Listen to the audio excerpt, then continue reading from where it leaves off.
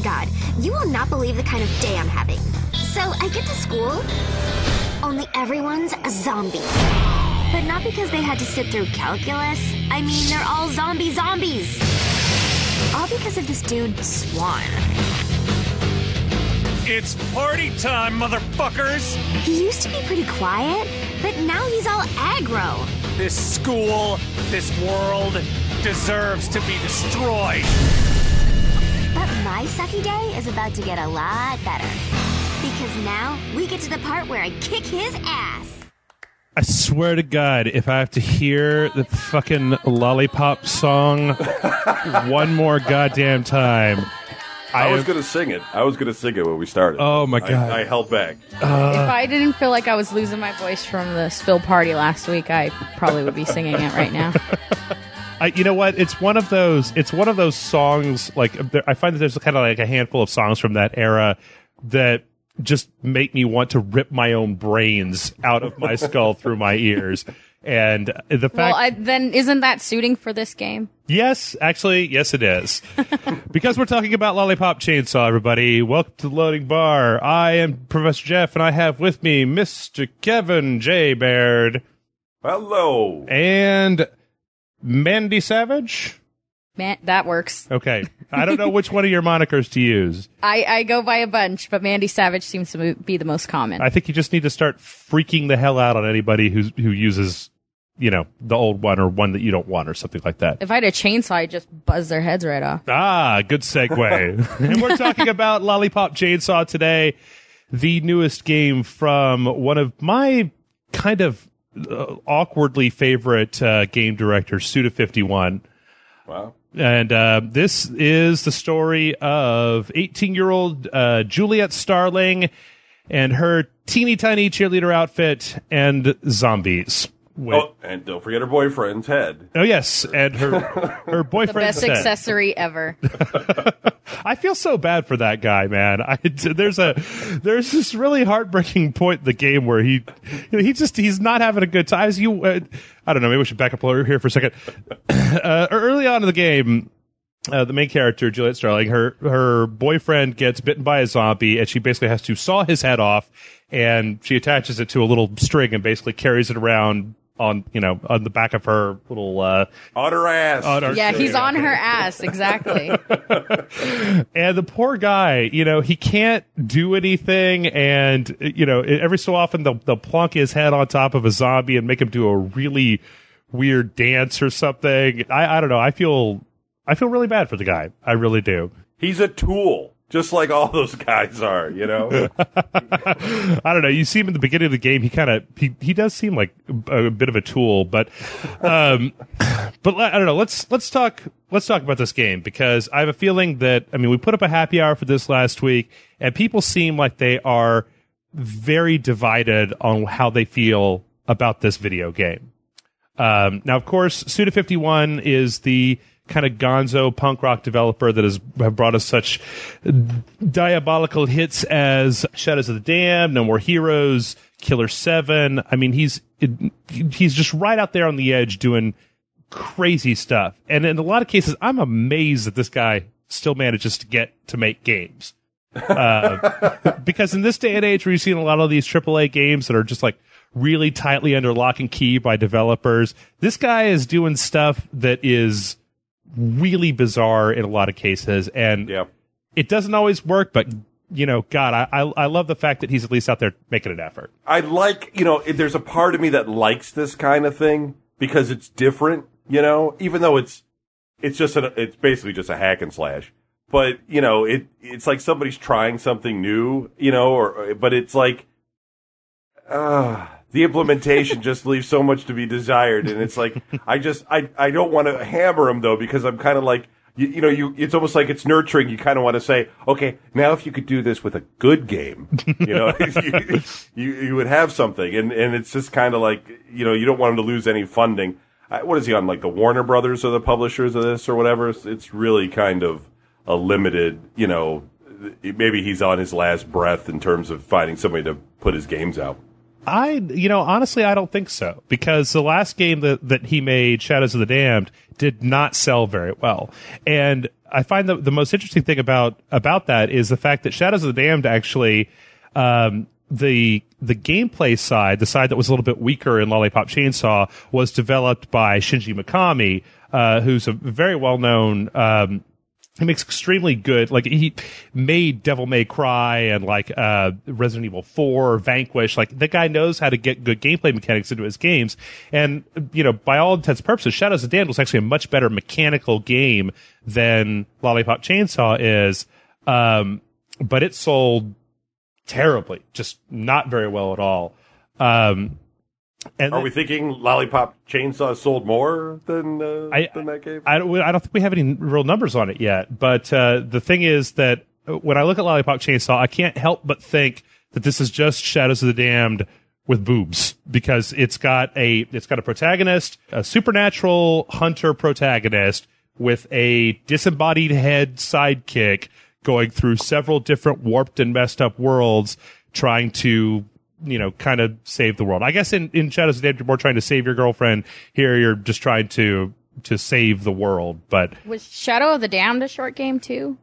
It was maybe a little bit longer than this. It was maybe about 10 to 12 hours. This is more like 8, 9. I mean, this is kind of your standard third-person action length of a game.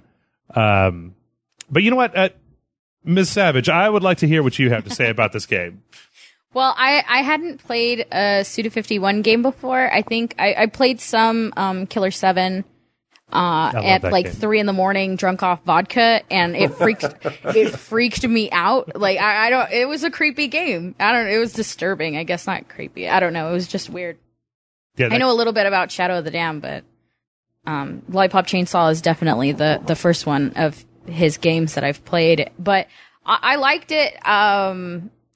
I was more disappointed in the gameplay than I was about the character or the story or anything like that. I actually really liked the characters, most of them. Although I thought that the family was much more interesting than Juliet, the main girl. Yes. So. Yes, Juliet has an extended family of monster hunters, including 2 sisters, Cordelia. Yeah. I love Cordelia. And the older sister, Cordelia, and the younger sister, Rosalind, who... I mean, quite frankly, if you play this game, you know what I'm talking about. It seems like a goddamn liability. Like, every time she shows up, there's actually an achievement in this game there's a certain part of the game where Rosalind is kind of tearing things up, and there's an achievement in this game for you not taking any friendly fire from your sister's character during that part of the game. It's just like, oh man. Just to explain the mechanics a little bit, I mean, she's just a cheerleader with a chainsaw that has a phone in it, and you find out that she's basically a zombie hunter. It's a lot like Buffy. Even the Cordelia thing's kind of a wink towards Buffy, because there's a main character in Buffy the Vampire Slayer named Cordelia. Mm-hmm. And she basically just goes from, I don't know, location to location killing zombies and then trying to, I don't know, is she ultimately trying just to eradicate all of them in the town? Is that the end goal that she's going after here? I wasn't quite sure if that was, because she's a vampire, vampire hunter. See, I'm at Buffy. She's a zombie, she's a zombie hunter, and she's trying to, like, it's not like a hellmouth or something that Buffy would call it. I don't know exactly what her motivation is other than just to keep killing. Well, what happened, the motivation for it is that this goth kid at her school, I guess, opened up a portal between this world or hell where these zombies come from. And so her ultimate goal is to prevent them from, or to close it down, I guess. You mean the Rotten World? The Rotten World, that's what it was. Right. And then she has to go through all of music history to shut it down for some reason. Which this exposition, it should be noted, is all doled out by her perverted sushi chopping sensei in the first act of the game, who is a very strange character.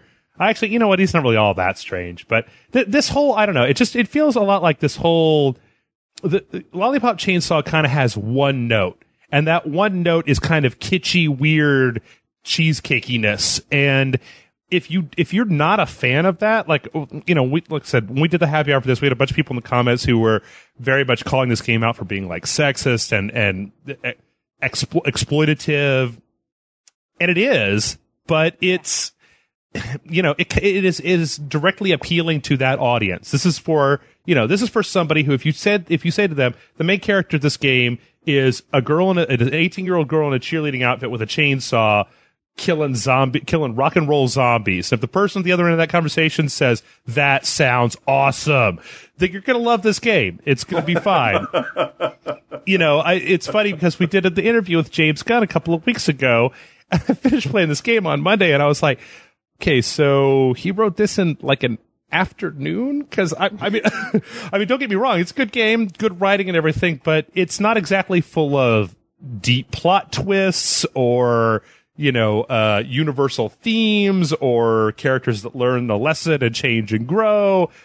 It's kind of just an exploitation movie, except it just happens to be a video game. Seemed like it had a lot of hype for what it really was, which wasn't very much. I mean, the play mechanics were pretty terrible as far as I was concerned. I mean, I found some bugs in the game that kind of stood out, and I mean, it was really it's like any hack and slash, I guess, but there wasn't really a lot of like dodging or things going on other than fighting boss monsters, and even that didn't work very well. A lot of it was just, mowing down the enemies over and over again, and you get.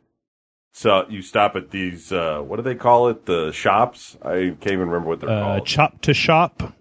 Something like that? Yeah, and you just pick up some, enhancements and things like that, and you can buff out your character a little bit, but it's all just sort of like, dressing to the fact that you're just running into a room and just constantly just pressing the same button over and over again. I'm going to disagree with you about that, Kevin. Really? Yeah. You found some finesse in Lollipop Chainsaw. Well, here's the thing. The gameplay is basically in the game you have essentially these very, very light attacks that do hardly any damage to the zombies. Then you have these very heavy attacks that do a lot of it. The chainsaw attacks do a lot of damage to zombies. And you can get like a lot of your enjoyment of this game is going to be predicated on whether or not you have any desire to like get the high score for this level or beat your previous score for this level. And one of the ways that you do that is essentially by, instead of just killing zombies kind of one at a time, you can herd them together and then kill a large amount of them at the same time, and you get a sparkle hunting bonus. Oh God! All right, Jeff is all about the sparkle hunting. I guess, yeah, it's fine. You went way more into this game than I did. I mean, I knew you could do those things, but good God, sparkle hunting is the best because you get to listen to what's it called? The Hey Mickey. Oh yeah, Mickey by Tony Basil. But that's you get, because when you do the sparkle hunting, when you do certain types of special attacks, you'll get to fill up this little meter. When it gets all the way up to the top, you hit this button, it triggers kind of like super mode, and every time that happens, it plays Mickey by Tony Basil. Which, if once again, I could see how that might get on some people's nerves. That didn't get on my nerves as much as the stupid Lollipop song, but there is a degree of kind of finesse in the combat. There's a whole upgrade mechanic where you use the money that you get of these zombies to essentially buy new moves and buy more powerful attacks and things like that. Jeff is making this sound way better than it is. Wait for it, because the problem is that it's just not very well executed. I found myself in this game more often than not. Like, if you compare this to something like Devil May Cry, the combat system in Devil May Cry is so much more smooth and fluid and kind of, graceful, as this one, I was constantly kind of trying to hammer out the right combo on the buttons. The character can be a little stiff at times. It's hard to kind of gauge where you are in the battle a lot of times to kind of set these sparkle hunting combos up. So it takes a lot of getting used to, because it's not the best combat system in the world, but I do think there's a little bit of depth to it. Mandy, what do you think? I don't know. It felt like a standard hack and slash game, but I'm somebody that loves hack and slash games. I did think that when you upgrade and you buy your combos and things like that, it made it a lot more fun, because when you're just spamming the light attacks, it kind of takes a while. Mm-hmm. But when you get your little combos that you can purchase at the shop to shop, it made it a lot more fun because I kind of suck at doing combos. So when I actually would get them to work, it looked really awesome.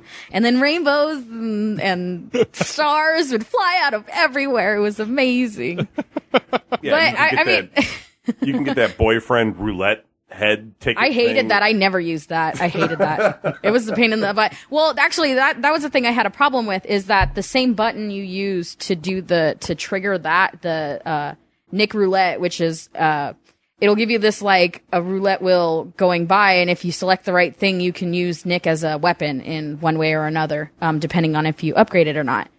But it's the same button that you would use if you're shooting your chainsaw cannon thing, and I would run out of bullets, not realize what I was doing, and then I'd trigger the roulette thing and end up having to use Nick as a weapon when I don't need him, and it just was frustrating every once in a while. Yeah, I mean, they're definitely, don't get me wrong, the controls for this game leave a lot to be desired.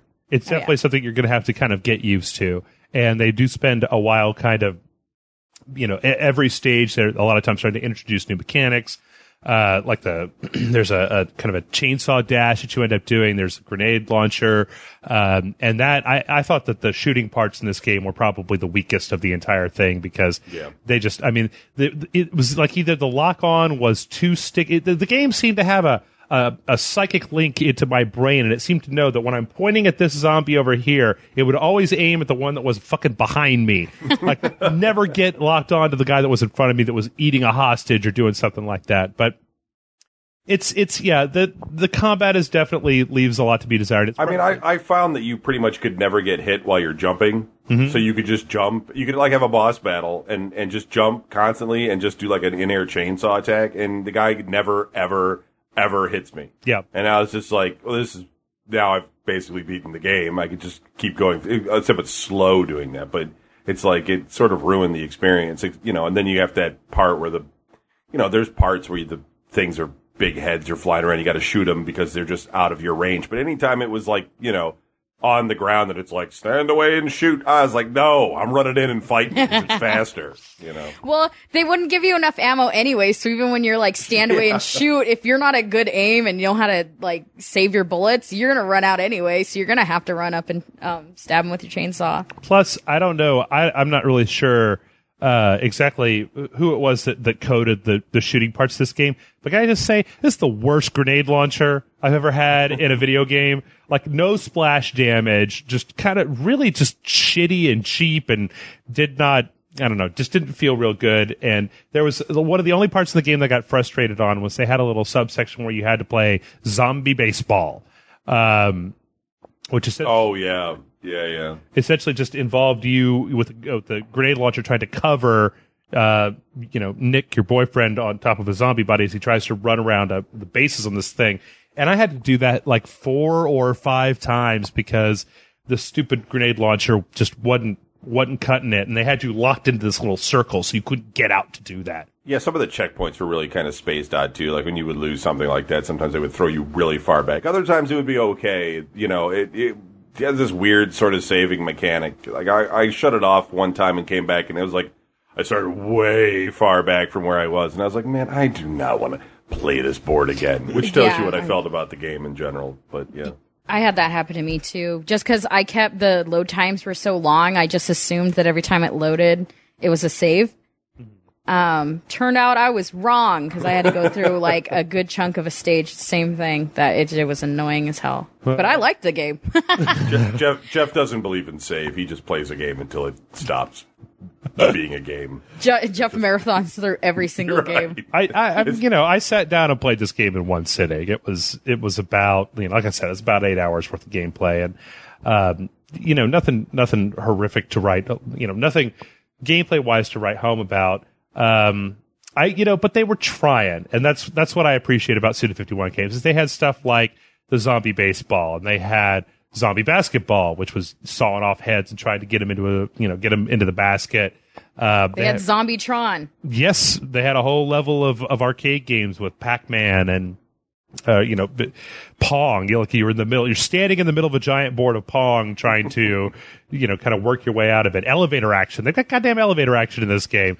It never gets really boring because there's so much different stuff to just try. But it doesn't leave you like at a point where you're like saying to yourself, I've done this, because they keep, adding a little something different as you go. But there are parts like with the baseball you were talking about where it can feel a little bit repetitive. I don't know though, man. We talk. This is the most positive we've talked about a bad game that I can recall. It's it's really not that good. I just wanted to tell people we sound more happy about it than I think we actually are. Okay, well, I actually liked the game, so you should talk more about what you didn't like about it, because you are kidding me. It was really. Yeah, it was. Hey, listen, it was not a great game. Maybe my brain's been numbed by the fact that we've been playing shit like Inversion recently that's just so dull, gray, rip-off nonsense that I was just like, fucking color, yeah, all right, whatever. I could buy different outfits. Woo! It was dumb and stupid and loud and colorful and not especially good gameplay-wise, but it was at least making an effort to try and get your attention, which I feel like...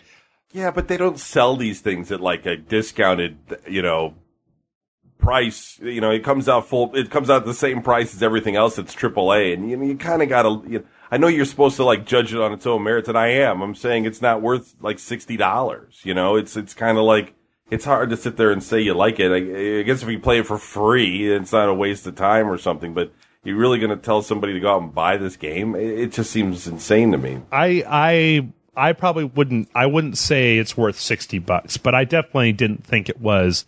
Like, when I got done playing it, I was like, all right. That was, it was a game. it wasn't. It's great. Yeah. That's not a good reason to like it, Jeff. Well, okay. You know what? Maybe I should, it's, a lot of the other stuff that we've been playing recently it's dragged. Like, it's just, there's so many games out there that are repetitive and they drag their feet out. They never try anything new. They give you like one mechanic and they do a little bit of upgrading, but nothing really big. This game at least kept trying to keep me engaged, and it didn't always work, but it was at least competent in that regard. They kept giving it, new outfits, new moves, new power-ups, new different stuff to try out. And then right about the time that one of those things was starting to get a little bit boring, they would throw in some kind of crazy mini game or some kind of visuals, like in the, there's a farm stage just the stages alone in this game are really creative. I mean, it starts in a high school, but you're fighting in a Norse battleship and in this psychedelic cornfield against this hippie zombie, and the arcade with this. The one boss was an auto-tuned Bootsy Collins wearing a diaper hanging out in an arcade. Did that kind of remind you of Saints Row 3 a little bit? Yes, when he first, like the auto-tune talking, I was like, man, this seems familiar. Yeah, at first when he came on, I was like, Zemos, is that you? But no matter the game, the game is kind of boring, but goddamn, it's trying really hard to be entertaining, and it doesn't quite get it. But I gotta give it credit for at least making the effort. So I don't know. That's what I think. Have we talked about anything else that you guys? There's some online stuff. Did you play any of that? It's mostly just leaderboards. Trying to kind of beat your friend's score through a level. Because every level can be played in basically a score attack mode where you can try to get through it fast or the highest score possible. And depending on where you get on the leaderboards, you can unlock new stuff. And even after you beat the game, it unlocks a bunch of new costumes and stuff that you have to kind of play back through the stages over and over again to save up enough coins in order to unlock that stuff. So, if you want Juliet in a freaking teeny tiny bikini, you've got to play these stages over and over again, which I honestly don't think the game is worth playing more than about once, but I do think it's worth playing that much. Well, what do you give it? I give it just a straight up bargain bin. I think it's worth it at less than full price. I think it'd be worth something to have around to just throw in. It's a good time waster, but it's not entirely worth $60. I don't know. What do you guys think? I would give it a bargain bin as well. I actually did have fun with it. I didn't feel ripped off. I didn't feel insulted in any way when playing that game. But I mean, the main problems I had with the game were more the camera angles would get you caught in a corner, or your lock-on system would have you locking onto the wrong person and would get you killed, and simple things like that. But the gameplay changed up enough that it was fun. I actually loved the soundtrack besides the annoying songs that Jeff was talking about. There's a lot of metal in there, some Dragon Force, Little Children of Bodom playing. You fight against a Viking metal zombie, eventually you're going to get some badass heavy metal playing. I thought it was worth the money, but if you're somebody that looked at the character and went, man, that's sexist, and I hate video games because it's all misogynistic and boobs are awful, you just might not be the game for you. You might want to play something else. Who's out there saying boobs are awful? I don't know. Devil worshippers. I didn't really question it. I just know that there are a lot of people bitching about it, and I think that I don't think it was meant to be any harmful at all in the way that people made it out to be. And I think Nick was more objectified than Juliet. Yeah. So. I didn't think it was that original. I mean, I think it throws a lot of stuff at you, but I found it to be buggy. I found it to be a little bit of a weak in the terms of the combat and the way that you could get around a lot of things. But it's not. Oddly, it's not really that offensive or that big of a deal. It's sort of harmless as a game. So, I mean, if you're curious about it, I would say you could rent it. I'll give it a rental. That's about as far. I mean, I'm not going to say it's a total stinking pile, because it does do some things where it's like Jeff's saying, it's trying to entertain you the entire way through, and it's like an 8-hour game, and you can blow through it, on a couple of days, unless you're Jeff and you just want to sit through the whole thing in like one setting, and I don't know how you can do that and not lose your mind. But he had a lot of lollipops while playing. That's right. I mean, you got to get up and get some food and stuff and go outside, look at the sun. No, Kevin, rental. Kevin, come on. The sun is for losers. All right. But I will say that, we saw a lot of comments about people who were talking about this game being sexist. And all I have to say to that is that I think if you think this game is sexist, you need to go back and play Shadows of the Damned, because there was a whole level in there that was nothing but the character basically shooting his giant boner at huge lumbering zombies. Oh, I definitely need to go back and play that game.